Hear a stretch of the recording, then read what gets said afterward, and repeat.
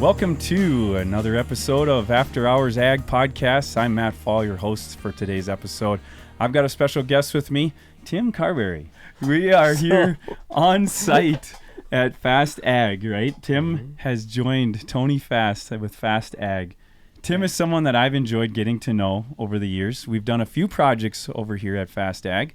One of them was last year we did the Air Guard blockage prevention system, and Tim and I got real close in that one. As we froze together. Yes. In the building. In the arc of the building. The mega shed that Tony's got over there.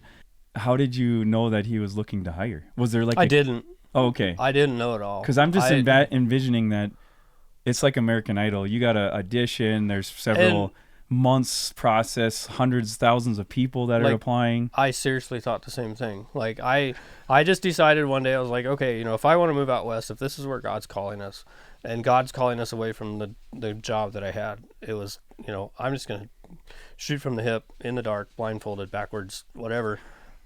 I'm going to send him a resume. And I somehow found I don't remember how I found his website, and probably just off of the YouTube link. I don't remember.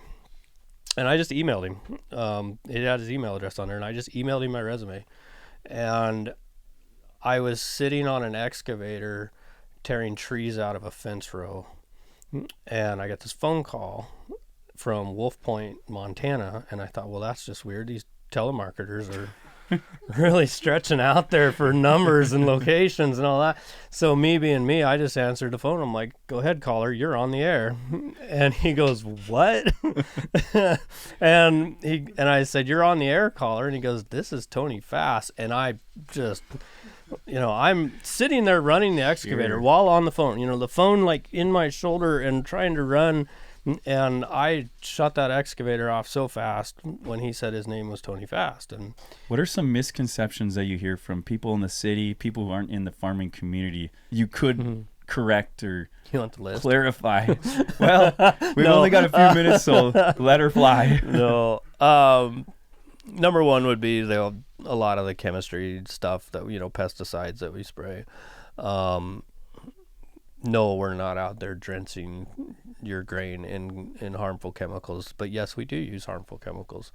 And you read the label and you follow that label, or you can get in a whole lot of trouble. And not only financially, but with the state chemist as well. So yeah, you have to pay attention to that. The myth, I guess, or whatever you want to call it, of farmers are just out there raking it in, making millions off of government subsidies plus their crops and their insurance and all that. Now, I'm sure there's some that are milking the system. Everybody, there's a lot of other departments of the government that people can milk it dry and choose to do so. And I'm sure there's some farmers that are doing that. But for the most part, farmers want to farm.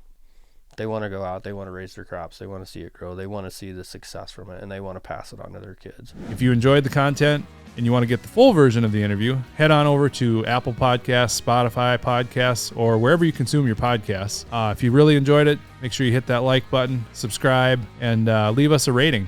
We always appreciate that and helps us grow and helps us reach more people. And remember, there's still a future in farming, so let's get there together.